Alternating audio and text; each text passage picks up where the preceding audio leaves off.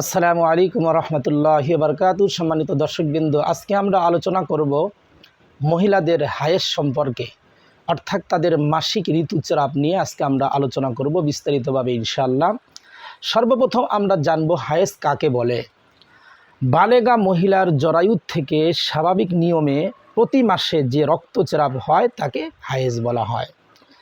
হায়েজের সর্বনিম্ন ও সর্বোচ্চ সময় কতটুকুন? হায়েজ বা রক্তস্রাবের সর্বনিম্ন সময় হলো 3 দিন 3 রাত, আর সর্বোচ্চ সময় হলো 10 দিন 10 রাত। যদি কারো 3 দিন 3 রাতের কম রক্ত আসে তাহলে তা হায়েজ নয়, অর্থাৎ মাসিক ঋতুস্রাব নয়, বরং সেটা অসুস্থতা, বরং সেটাকে আরবিতে ইস্তেহাজা বলা হয়। এমনইভাবে 10 দিন 10 রাতের চেয়ে বেশি যদি কারো রক্তস্রাব হয় তাহলে 10 দিনের বেশি যে কয়েকদিন রক্ত আসলো সেটাও হায়েজ নয়, অর্থাৎ মাসিক নয়, বরং সেটাও ইস্তেহাজা অর্থাৎ অসুস্থতা। হায়েজ শুরু হওয়ার বয়স, অর্থাৎ মহিলাদের কত বছর বয়স থেকে তাদের মাসিক ঋতুস্রাব শুরু হয়? স্বাভাবিকভাবে মেয়েদের বয়স যখন 9 বছর পূর্ণ হয় তখন থেকে হায়েজ শুরু হয়, অর্থাৎ মাসিক ঋতুস্রাব শুরু হয়। আর 55 বছর বয়স হওয়ার পর তাদের মাসিক ঋতুস্রাব বন্ধ হয়ে যায়। সুতরাং 9 বছরের পূর্বে যদি কোনো রক্ত দৃষ্টিগোচর হয় ওটাকে অসুস্থতা মনে করতে হবে। আর 55 বছরের পর সাধারণত কোনো মহিলার মাসিক ঋতুস্রাব হয় না। তবে যদি 55 বছরের পর দৃশ্যমান রক্তের রং খুব লাল বা কালো হয় তাহলে ওটাও মাসিক ঋতুস্রাব বলে মনে করতে হবে। হলুদ, সবুজ ইত্যাদি রং এবং রক্ত নির্গত হলে তা হায়েজ বলে গণ্য হবে না, বরং সেটাকে অসুস্থতাই মনে করতে হবে। হ্যাঁ, কোনো মহিলার যদি হলুদ সবুজ রং এর রক্ত আসার পূর্ব অভ্যাস থাকে, অর্থাৎ আগের থেকেই তার মাসিক ঋতুস্রাবের সময় এরকম রঙের রক্ত আসতো, অর্থাৎ হলুদ রং সবুজ রং, তাহলে এটাকে মাসিক ঋতুস্রাব বলেই গণ্য করা হবে।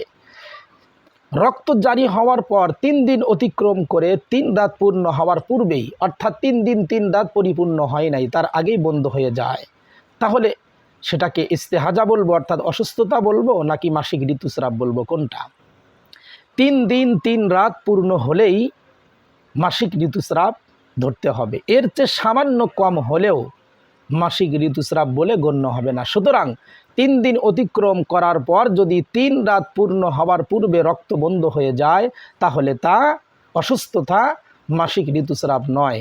যেমন জুমার দিন সূর্যোদয়ের সময় রক্ত বের হওয়া শুরু হলো এবং সোমবার দিন সূর্যোদয়ের কিছুক্ষণ পূর্বে তা বন্ধ হয়ে গেল, তাহলে তা হায়েজ নয়, অর্থাৎ মাসিক ঋতুস্রাব নয়, সেটাকে অসুস্থতা, এটার জন্য চিকিৎসা করা জরুরি।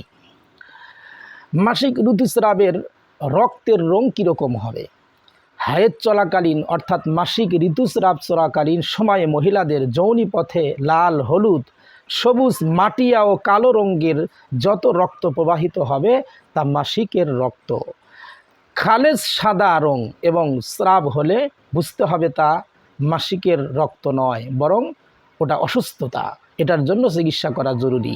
এমন মহিলা মাজুরের হুকুম অনুযায়ী শরীয়তের বিধিবিধান পালন করতে থাকবে, তবে নামাজ মাফ হবে না, রোজা মওকুফ হবে না।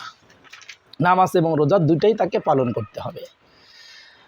হায়েজা মহিলার ক্ষেত্রে নামাজ রোজার হুকুম কি, এটা আমরা বিস্তারিত জানব। রক্তস্রাবের সময়গুলোতে হায়েজা মহিলার অর্থাৎ মাসিক ঋতুস্রাব চালু হলে সেই সমস্ত মহিলাদের জন্য নামাজ পড়া, রোজা রাখা নিষেধ। তবে নামাজ রোজার হুকুমের মধ্যে একটু পার্থক্য আছে। মাসিক চলাকালীন সময় হায়েজা মহিলার নামাজ পড়া নিষেধ এবং তা পরিপূর্ণরূপে আল্লাহ তাআলা ক্ষমা করে দিয়েছেন, আর পুনরায় পড়তে হবে না। হায়েজ বন্ধ হওয়ার পরও তা কাজা করতে হবে না। কিন্তু রমজানের রোজা মাফ নয়, বরং মাসিক রক্ত বন্ধ হয়ে যাওয়ার পর রমজানের পর উক্ত দিনগুলোর রোজা কাজা করতে হবে। ফরজ নামাজ পড়াকালে যদি কোনো মহিলার হায়েজ দেখা যায়, অর্থাৎ মাসিকের রক্ত দেখা যায়, তাহলে ওই নামাজের হুকুম কি? ফরজ নামাজ পড়াকালে যদি মাসিক দেখা দেয় তাহলে চলতি নামাজও মাফ হয়ে যাবে। স্রাব শেষে ওটা কাজা করতে হবে না, কিন্তু নফল বা সুন্নাতের মধ্যে রক্ত দেখা দিলে তা কাজা করতে হবে। রোজা অবস্থায় হায়েজ দেখা দিলে, অর্থাৎ রক্ত দেখা দিলে, ওই রোজার হুকুম কি? রোজা অবস্থায় মাসিক দেখা দিলে ওই রোজা ভেঙে যাবে, পরে তা কাজা করতে হবে, চাই তা নফল রোজা হোক কিংবা ফরজ রোজা হোক। হায়েজ অবস্থায় কি কি কাজ করা নিষেধ, অর্থাৎ মহিলাদের যখন মাসিক হয় তখন এমতো অবস্থায় বিশেষ করে স্বামী স্ত্রী সহবাস করা এটা পরিপূর্ণরূপে হারাম। কোরআন তেলাওয়াত করা, নামাজ পড়া, রোজা রাখা এবং তওয়াফে জিয়ারত করা ও মসজিদে প্রবেশ করা সবগুলো নাজায়েজ। হায়েজের সর্বোচ্চ মেয়াদ 10 দিন পরিপূর্ণ হওয়ার পর যদি রক্ত বন্ধ হয় তাহলে কখন থেকে সহবাস করতে পারবো? যদি পরিপূর্ণ 10 দিন 10 রাত মাসিকের রক্ত জারি থাকে তাহলে স্রাব বন্ধ হওয়ার সাথে সাথেই সহবাস করা বৈধ আছে, এর জন্য গোসল করা জরুরি নয়। অভ্যাসের ব্যতিক্রম দেখা দিলে করণীয় কি, অর্থাৎ অভ্যাস ছিল 3 দিন, কোনো মহিলার প্রত্যেক মাসে 3 দিন 3 রাত রক্ত আসে, হঠাৎ করে এক সময় দেখা গেল 3 দিনের পরও রক্ত চলছে আপন গতিতে, তাহলে গোসল করার দরকার নেই, নামাজও পড়তে হবে না। যদি 10 দিনের মধ্যে রক্ত বন্ধ হয়ে যায় তাহলে এটা মাসিকই বলে গণ্য হবে, সব নামাজ মাফ হয়ে যাবে। মনে করবে অভ্যাসের পরিবর্তন ঘটেছে, কারণ 3 দিন থেকে অনেকের 4 দিন 5 দিন এরকম পরিবর্তন হতেই পারে। আর যদি একাদশ দিনে রক্ত বন্ধ হয়, অর্থাৎ 11তম দিনে যদি রক্ত বন্ধ হয় তাহলে মনে করতে হবে 3 দিনই তার মাসিক ছিল, বাকিটা অসুস্থতা, তাই গোসল করে 3 দিন বাদ দিয়ে বাকি 7 দিনের নামাজ তাকে কাজা করতে হবে। রক্ত কি পরিমাণ বের হলে মাসিক শুরু হবে?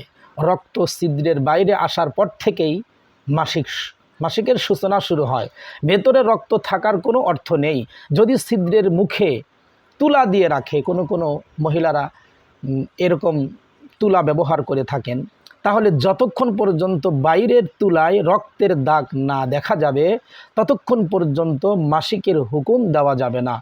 যখন রক্তের চিহ্ন বাইরের চামড়া পর্যন্ত ছড়িয়ে পড়বে অথবা ছিদ্রের তুলা সরিয়ে নিবে তখন থেকে স্রাবের সূচনা ধরতে হবে। এ পর্যন্ত আমরা মা বোনদের অর্থাৎ মহিলাদের মাসিক ঋতুস্রাব নিয়ে আলোচনা করলাম। আগামী পর্বে ইনশাল্লাহ আমরা মাসিক ঋতুস্রাব বন্ধ হওয়ার সংক্রান্ত কিছু মাসলা এবং অসুস্থতা অর্থাৎ ইস্তেহাজার কিছু মাসলা এবং নেফাস সম্পর্কে, অর্থাৎ মহিলাদের বাচ্চা হওয়ার পরে যে রক্ত মহিলাদের যৌনি পথে আসে এটা নিয়ে আমরা বিশেষভাবে আলোচনা করব ইনশাল্লাহ। আমাদের সাথে থাকার জন্য ধন্যবাদ। আসসালামু আলাইকুম ওয়া রাহমাতুল্লাহি ওয়া বারাকাতুহু।